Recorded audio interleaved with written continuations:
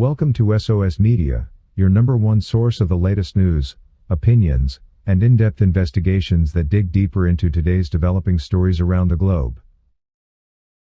We can always say that life has a way it brings people together irrespective of their feelings for one another, and for R. Kelly, Jayz and Dash, Aaliyah will always be their common factor and a reason to engage one another with more questions than answers. Now, Irv Gotti has openly revealed that he believes that Jay-Z is the sole reason as to why Roc-A-Fella was successful in its good days, and that Dame Dash was not influential in achieving this milestone but rather played not more than just a minor role. For the second time this year, Gotti delivered another hot-headed interview, at one point sharing his thoughts on the dissolution of HOV and Dame's once overriding record label. Throughout the course of the lengthy interview, Gotti opened up about many aspects of his storied career in hip-hop, and spoke very candidly about his thoughts on Jay-Z's rocky relationship with fellow Roc-A-Fella Records co-founder Dame Dash. I don't think that it is still a secret that Dame Dash has been removed from Jay-Z's The Book of HOV library exhibit, something that keeps us wondering if for sure Jay-Z still likes Dame even an inch. Jay-Z's Book of HOV, in which Dame Dash's name was allegedly removed from, is an exhibition that chronicles the entirety of the hip-hop mogul's iconic career, that is currently being displayed at the Brooklyn Public Library. The tribute opened back in July and is slated to run through October of this year. Our goal with the Book of HOV tribute exhibition is to provide a behind-the-scenes look at a Hall of Fame songwriter and performer, successful business person and a consequential philanthropist, who has never forgotten the lessons he learned on the road to success, a statement on the exhibition's website reads. And the borough where his journey began, it adds. The Drink Champs co-host then mentioned Dame's recent claims that his former business partner was bitter about him dating Aaliyah, before expressing his surprise that Roc-A-Fella broke up considering the chemistry that Jigga, Dame and Kareem Biggs Burke had. Jay didn't need nobody, Irv said. Dame started Roc-A-Fella with Jay and Biggs, so he should get credited for that, but I'm saying the making of the records, I don't know what you want me to say. Jay-Z just didn't need nobody, Irv added. Jay was picking the beats and rapping over the beats, making things, it was all HOV. Dame was along for the ride, and it was a great ride indeed. During a July appearance in an interview, Dame said that he and HOV were once in competition for the late Aaliyah's affections, and that the Roc Nation boss felt away when he began dating her. It has been common thing that Dame has continually attacked anyone he believes had any emotional feelings for Aaliyah, including R. Kelly. Dame openly suggests that all his beef with Jay-Z has a little something to do with the late Aaliyah, just the same way he affirms when R. Kelly comes into the picture. I just threw my A game, and I guess Jay-Z was trying to get at her as well and I didn't know, Dash explained. Then it got brought up and I was like, these guys aren't serious, it never worked out for them and we were both trying to get at her. I eased up and then we ran into each other, Dash added.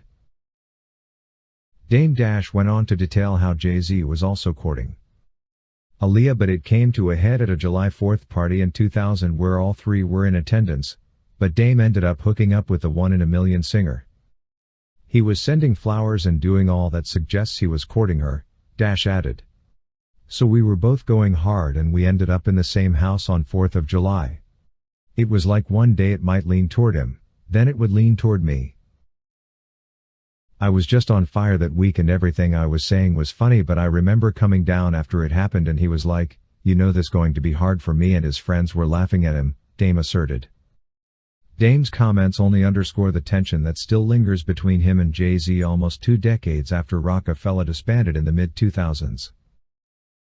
While the rift in Jay-Z and Dame Dash's working relationship can be traced all the way back to the early 2000s, the situation only became a legal matter in 2021 when HOV and Roc-A-Fella Records sued Dame over his attempt to sell Jay-Z's classic 1996 album, Reasonable Doubt. After Jay-Z and Dame Dash settled their lawsuit in June of that year, Dash stated that he felt disrespected by Jay-Z for only being offered $1.5 million for his stake in the legendary record label. I hope that we all still remember that during an earlier appearance on a popular podcast, Roc-A-Fella co-founder Dame Dash spoke a lot about Aaliyah. One instance was how he and Jay-Z initially fought for her heart, which was a strange narrative to cover considering the context around another comment. Moreover, Dame remarked on the R. Kelly situation and unfortunately said that he deserves his current prison sentence for allegedly grooming the late singer. However, Dash's rage isn't just directed towards R. Kelly alone, as other people in his circle knew what was going on. "I couldn't believe Jay-Z did a project with R. Kelly knowing that he gotten involved with my girl," Dame Dash continued. Apparently, he constantly fronts this incident as being one of the reasons for which they fell out. Dash reiterates that he did not accept any income from the Best of Both Worlds, and adds how R. Kelly's subsequent legal woes of 2002 affected the sales and tour for the project, which was released less than 1 year after Aaliyah's death.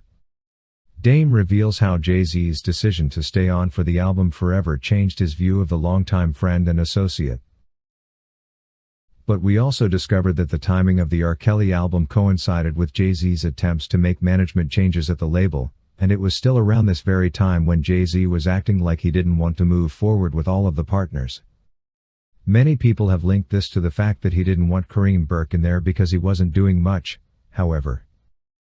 Dame once said that he couldn't move along with Jay-Z without Biggs but would rather team with him and start something new, though Roc-A-Fella was just about them as they claimed. Now, we should note the fact that from an early age Aaliyah found satisfaction in her music, and even when she didn't win the youth vocal competition on Star Search as a preteen, she didn't let it deter her from continuing to sing. It's also amusing that at age 11 Aaliyah landed a 5-night stint performing with Gladys Knight in Las Vegas. Born in Brooklyn, New York, Aaliyah was raised between Detroit and New York and eventually became a client with Abrams Artists. She graduated from the Detroit Performing Arts High School in 1997 and credits her educational success to the support from her family, her mother who was a teacher that homeschooled her among others. Aaliyah continues to have an impact on the world after her passing that fateful day in August 2001. She was a person of virtue, honor, hard work and of course love. She was a unique individual who gave all of herself in whatever she did.